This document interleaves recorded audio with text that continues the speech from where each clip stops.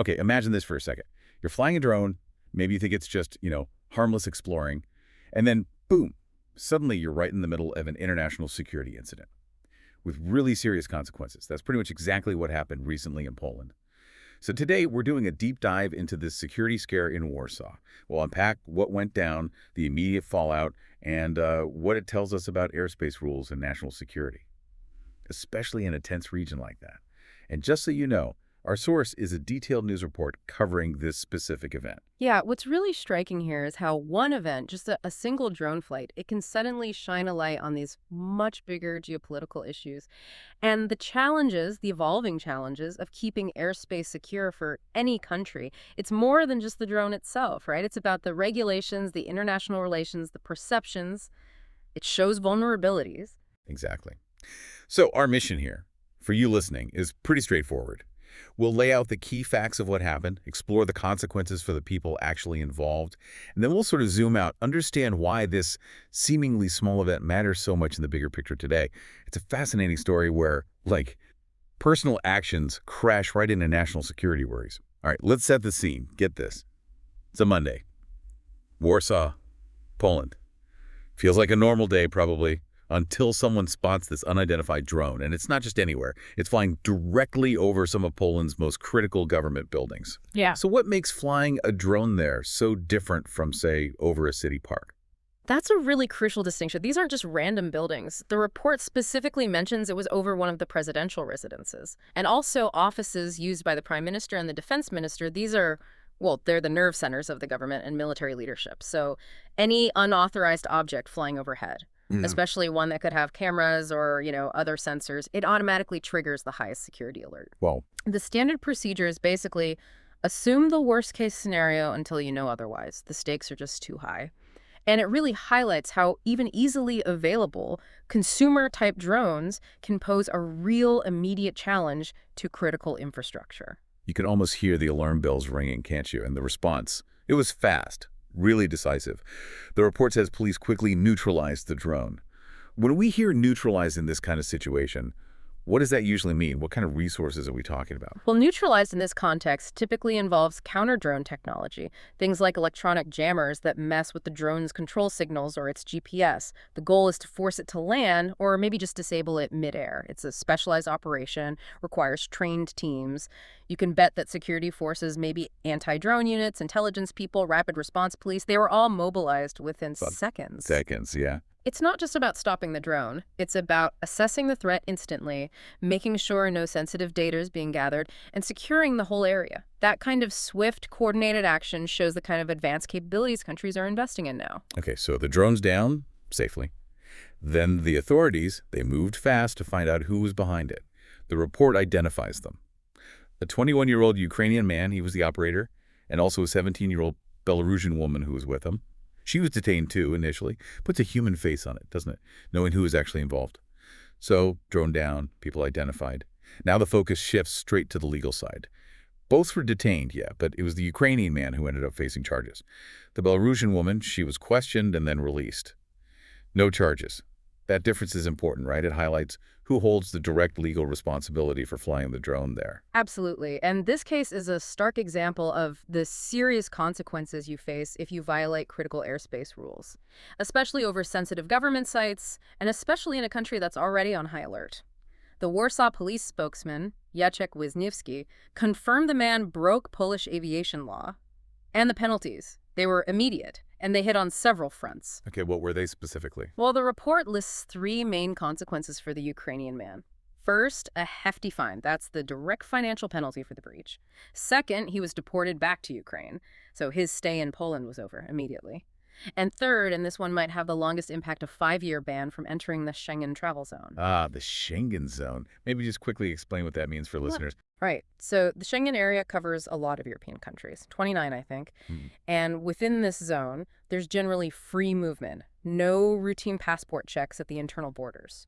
So a 5-year ban, that's a major restriction on his ability to travel freely across a huge part of Europe.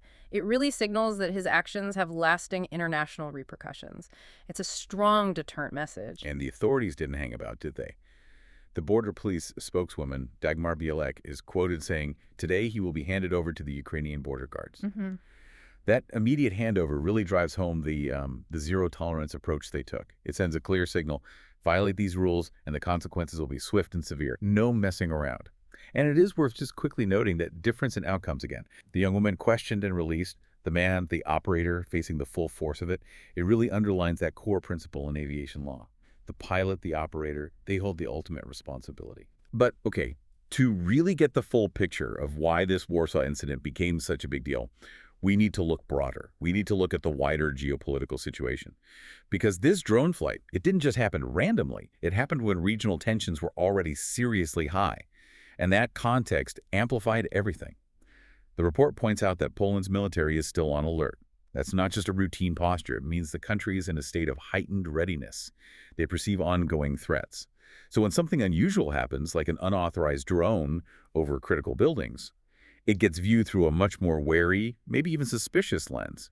Resources are ready, reactions are faster, and potentially harsher. And that brings us to why this particular flight, even if it was just, a mistake or carelessness, why it carried so much extra weight. The timing and location were critical because Poland's airspace had already been violated repeatedly by a known adversary. The source mentions Polish officials reporting nearly 20 Russian military drones crossing into their airspace just the week before this incident. 20 Russian military drones. Yeah. In 1 week. That's what the report states. And these weren't seen as accidents. They were seen as deliberate. This pattern of incursions absolutely shapes how any subsequent airspace violation is perceived, even if it's totally unrelated, like this personal drone flight seemed to be. It changes the whole threat calculation. And Poland's official take on those earlier Russian drone flights, very clear. They call them deliberate provocations by Moscow. Yeah. That language is strong. It shows Poland sees these actions as intentional challenges to its security and sovereignty. So that sets a pretty serious stage for any drone appearing where it shouldn't be. Exactly. So when this Ukrainian man's drone showed up over Warsaw's sensitive sites, it wasn't just an airspace violation in isolation. It instantly became, in perception at least, the latest instance of airspace vulnerability. Now, his intent might have been completely innocent, we don't know for sure, but the incident got caught up in this pre-existing narrative. A narrative of security threats, of needing vigilance against potential foreign actions. Given the documented hostile drone activity from Russia nearby, any unauthorized flight, especially there, was bound to trigger a maximum security response. A response that might have been, frankly, less severe in a different context at a different time. Yeah, that makes sense. It shows how these wider geopolitical tensions can dramatically ratchet up the real-world consequences for individual actions, even if the individual isn't really aware of that bigger picture. It became about national security in a high-stakes environment. So we've really unpacked quite a story here, haven't we? From one drone over Warsaw all the way to international borders, deportation, and these complex regional tensions. This deep dive really pulls out some key things for you to think about. First, it hammers home the responsibility that comes with flying a drone. What seems like a simple hobby can easily cross lines into serious violations of aviation law, especially near sensitive zones.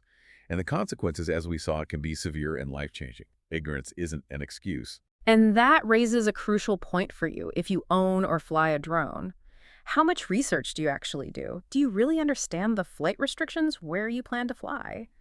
This Warsaw case shows that just having the tech means you have a big obligation to know the rules. But it's bigger than just individual operators, isn't it? It's a challenge for society. How do we find that balance between personal freedom, new technology, and the absolute need for strong national security? Especially when the tools that could cause disruption are so easy to get hold of. Countries are wrestling with this. How to defend against these threats from above, intentional or accidental, when drones are everywhere. It's not just about fighter jets anymore. No, definitely not. And the other big takeaway is the power of perception and context. A seemingly minor event, like flying a personal drone off course, it can instantly become a major security incident if the political environment is already charged. When a country feels provoked, like Poland did with the Russian drones, any unauthorized flight gets looked at with extreme suspicion. It's not just about the objective facts, it's how those facts are interpreted through the lens of national security and international relations at that moment. Right. So summing up this deep dive, we saw swift, Decisive action from Polish authorities after a drone flew over critical sites. We saw serious immediate consequences for the operator involved, and crucially, we saw how the backdrop of rising regional tensions turned this into a much bigger international story. Yeah, it's a powerful reminder, isn't it? Those invisible lines in the sky, our airspace boundaries, they're becoming incredibly visible and important. They're critical to global security now. And it forces countries to keep asking, what does it really mean to be secure when drone technology is so widespread? When a hobbyist gadget can suddenly land right in the middle of a geopolitical storm, it's this complex mix of tech, human error or intent, and the shifting political landscape. Absolutely, and it leaves us and you with a challenging question to think about. As technology keeps racing ahead, how do nations protect their safety and their sovereignty without crushing innovation? And where do the actions of individuals intersect, sometimes dramatically, with these really serious matters of national security? It's a question, as the Warsaw incident shows, with very real consequences for everyone, affecting everything from travel to diplomacy.